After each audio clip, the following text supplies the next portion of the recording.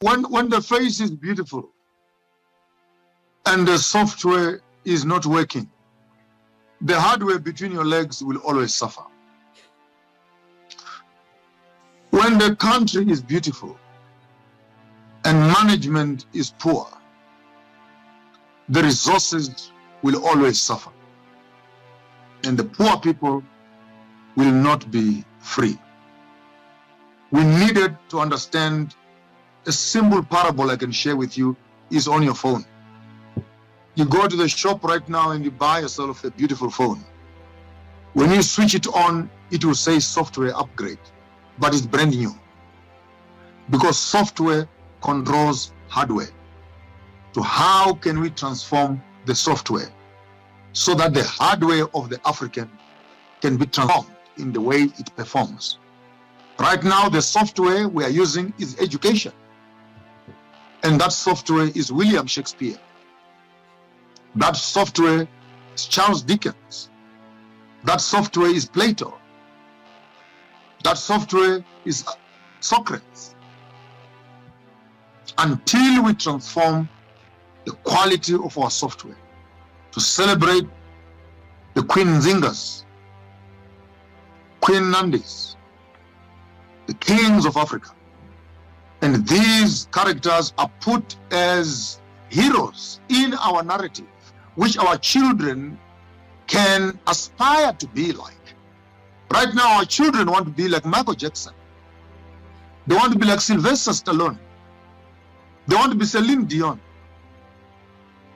And how do you build a continent when its software is corrupted by European iconography and idolization, pontification of Eurocentric ideologies that are not related to the continent? How educated are you to be called a doctor, yet you cannot feed yourself? You can't even plant vegetables for yourself and feed your big belly. And you are a doctor. What has this turned us to be? Except to make us parasites to the colonial system and abusers, pimp masters, our presidents and politicians. They run Africa like a brothel. Religious leaders who assist the colonial system to suppress, oppress, and abuse and rape the African economy under their supervision, protecting the colonialists and closing the door to make sure no one interrupts when sodomy is happening amongst the African nations. How do they sleep at night, I wonder? We are not poor. Our poverty is our leadership. That is busy, entangled in neo-local, political, German colonized demarcations of countries and borders. Africa was shared amongst colonialists on a dinner table with a pencil in the hand. You take here, you take here. My grandmother on my father's side is from Mozambique. My grandmother on my mother's side is from South Africa. My grandfather on my father's side is from Zululand.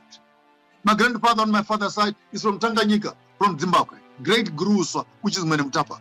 I have 6 countries that are locked up in me. And yet I must get a passport and a visa to travel, to go and visit my grandparents because of the colonial borders. This does not work. What made America great, 52 states came together, locked themselves up together, opened up their borders, created a mega economy which benefits people from Florida to Detroit, from Cincinnati to California. And everyone is able to benefit from the great American dream. Question for you: what is the African dream? How do we change? We start off with software, education, transformation. Stop spending your wealth on colonial systems. Start spending money on each other. Build local economies. Don't destroy the white man's economy. You will collapse.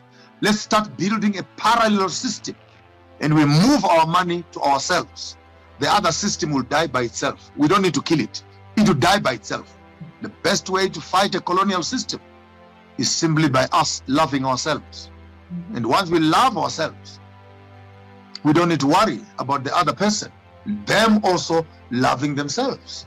But we love ourselves, we love our food, we love our fashion, we love our time, and we spend our resources on ourselves. We don't need to fight with white systems. Let's create our systems, our own value chains, our product lines that we can support with our finances and challenge pound for pound the colonial system. There's no way they can survive. We can beat them in numbers.